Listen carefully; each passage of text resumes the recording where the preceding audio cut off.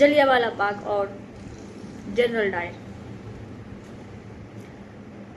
जलियांवाला बाग कोई आकस्मिक घटना नहीं थी, ये सोची समझी प्लानिंग थी, एक साजिश थी, क्योंकि जनरल डायर को लोगों की चीखें पसंद आती थी।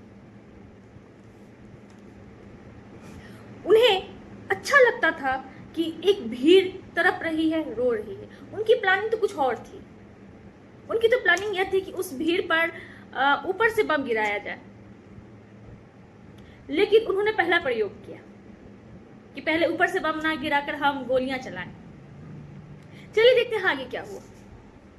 इन्होंने जलियांवाला बाग की हत्याकांड के लिए जो दिन चुना था वो बहुत ही खास दिन था सिखों के लिए, बैसाख पूर्णिमा। बैसाख पूर्णिमा को उन्होंने दिन चुना जो कि उनका त्योहार था। और आप जानते हैं कि गांव में मेला का बहुत महत्व होता है, मेला देखने वालों के लिए भी और मेला लगाने वालों के लिए भी। अगर जो लोग मेला देखने के लिए आए होंगे उन्हें मार्शल लॉ के विषय में कोई जानकारी नहीं थी। कुछ लोग थे उसमें जो आंदोलनकारी थे, बाकी आम लोग थे, खास करके बच्चे, बूढ़े और औरतें। ये इनकी संख्या वहां पे ज्यादा थी। और ये घटना होती कैसी है, क्या साजिश थी? एक्चुअली में मेला जलियांवाला बाग में लगा ही नहीं था। मेला जो लगा था जलियांवाला बाग से हटकर एक खुला मैदान था, वहां लगा था, जहां अगर जनरल डायर गोली चलाता तो लोग भाग सकते थे, लेकिन उसने वहां गोलियां नहीं चलाई। मेला का समाप्ति का समय था 5 बजे, लेकिन जनरल डायर ने क्या किया, एक नोटिस डलवाया कि खुले मैदान को खाली करो और यह मेला जलियांवाला बाग के अंदर चले जाए।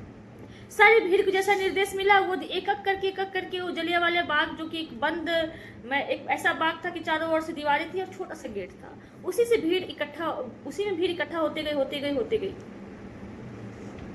जब सारी भीड़ इकट्ठा हो गई, जब उन्हें सूचना मिल गई कि सारी भीड़ जो है उस बाग के पार्क के अंदर जा चुका है, तब जनरल डायर आता है।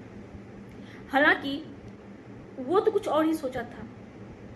उसने सोचा था कि एक बड़ा सा हथियार, एक बहुत बड़ा सा टैंक लाया था वो, और उस टैंक को वो चाहता था वो बाग के अंदर आ जाए।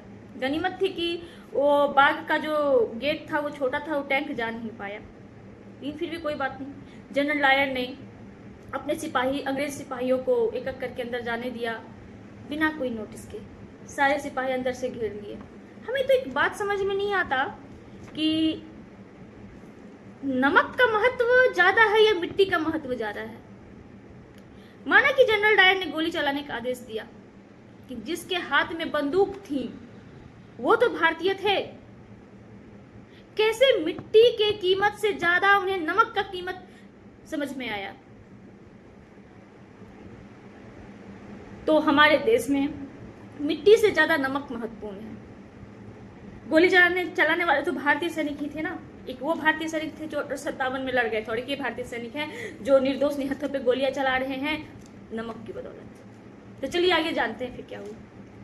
किसी को कुछ खबर नहीं थी। लोग, बड़े बूढ़े, बच्चे, औरतें, जवान, सभी लोग मेले देखने में व्यस्त थे। अचानक से गोलियों की आवाज आती है, चारों तरफ से गोलियां चल रही है, कुछ पता नहीं। अगर छोटा सा पुल गिर जाता है, अगर कोई एक बिजली का तार गिर जाता है तो सैकड़ों लोग मारे जाते हैं भगदड़ में। वहां तो गोलियां चल रही थी। कितने लोग मारे गए होंगे? कहते हैं 300 राउंड फायरिंग हुई। 300 राउंड फायरिंग हुई, 300 लोग मारे जाएंगे।